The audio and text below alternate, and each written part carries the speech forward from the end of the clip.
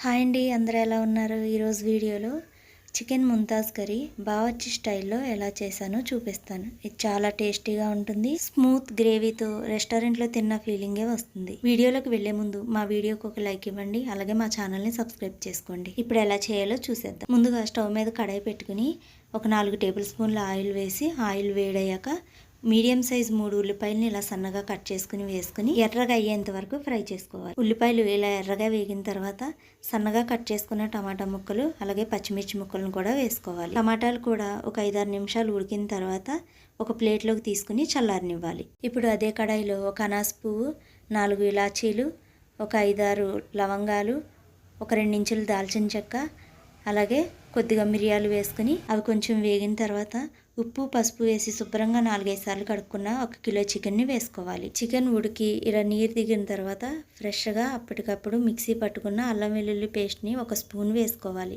అల్లం వెల్లుల్లి పేస్ట్ వేసాక మంటని హై ఫ్లేమ్లో పెట్టుకుని చికెన్ని బాగా ఉడకనివ్వాలి. అది ఉడుకుతున్నప్పుడు రుచికి సరిపడా సాల్ట్, 1/2 టీ స్పూన్ పసుపు, 1/2 టీ స్పూన్ జీలకర్ర పొడి, 1/2 టీ స్పూన్ మిరియాల పొడి, 1/2 టీ స్పూన్ గరం మసాలా పొడి, 1/2 టీ స్పూన్ ధనియాల పొడి వేసి చికెన్లో మసాలాలు బాగా కలిసేలాగా కలుపుకోవాలి. ఇప్పుడు ఒక 1/2 కప్పు వాటర్ వేసుకుని ఒకసారి బాగా కలిపి మూత పెట్టి చికెన్ని బాగా ఉడకనివ్వాలి. దీంట్లో ఎర్రకారం వేసుకునే అవసరం లేదు.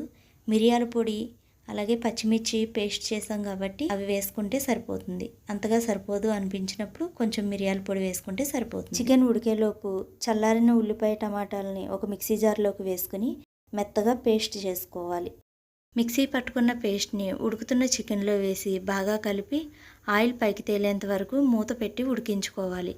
ఇలా ఆయిల్ పైకి తేలిన తర్వాత ఒక 100 గ్రాముల పెరుగుని గడ్డలు లేకుండా బాగా చిలికి వేసుకోవాలి. పెరుగు వేసుకున్నాక ఒక 1/2 కప్పు ఫ్రెష్ క్రీము, కొద్దిగా కసూరి మేతి ఇలా పొడి చేసి వేసుకోవాలి. అలాగే లాస్ట్లో కొద్దిగా గరం మసాలా కూడా వేసుకుని ఒకసారి కలుపుకోవాలి. ఈలోపు ఈ కర్రీకి చిన్న తాలింపు వేసుకోవాలి. దానికోసం స్టవ్ మీద కడాయి పెట్టుకుని 3 టేబుల్ స్పూన్ల నెయ్యి వేసి, నెయ్యి వేడయ్యాక 8 పచ్చిమిర్చిని ఇలా మధ్యలోకి కట్ చేసుకుని కాగుతున్న నెయ్యిలో వేసి బాగా వేగనివ్వాలి.